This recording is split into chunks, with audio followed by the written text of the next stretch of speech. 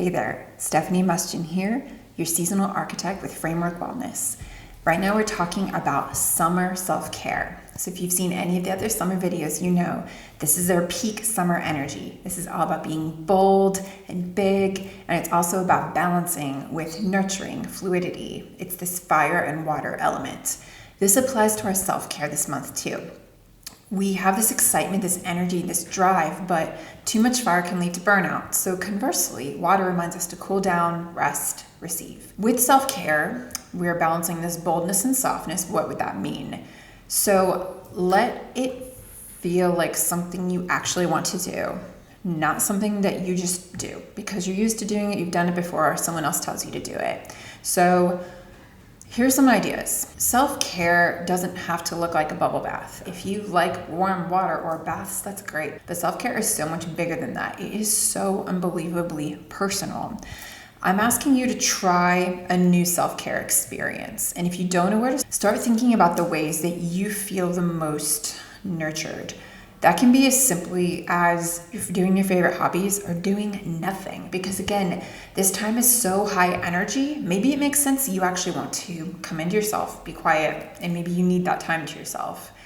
Maybe you can prioritize things that kind of feel opposite of each other. Maybe some hot, cold therapy. So being out in the sun and then getting in the water, being in a sauna, getting in a cold plunge if that's your thing, resting after a ton of really active movement, being really social, and then setting aside time for unbelievable stillness, right? These contrasting things are a great way to start thinking about your self-care.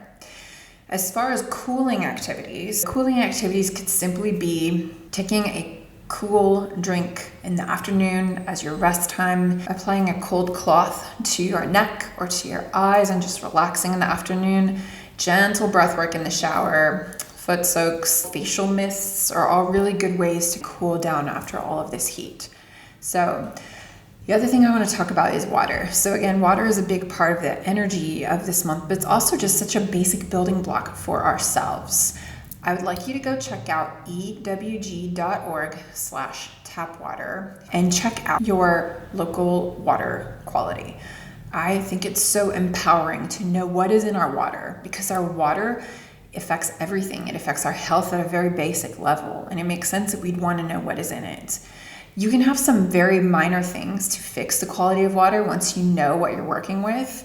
There's always refrigerator filters and things like that. There's always filters for your sink and for your shower head, but you can also just add trace minerals to your water to boost absorption. You can boil and then cool your water first. You can store your water in glass instead of plastic, and then begin your day with a glass of water, perhaps instead of your normal hot drink or caffeine drink. Take care of yourself, check out your water, see what can really nourish you from that perspective. Okay, so in summary, what activity seems interesting and a new way to take care of yourself this month? And then how can you make taking care of yourself feel more natural and fluid? How can you contrast these self-care activities with big, bold things and small, refreshing things? And what is one simple way that you want to go ahead and revamp the water that you both drink and use and do everything with?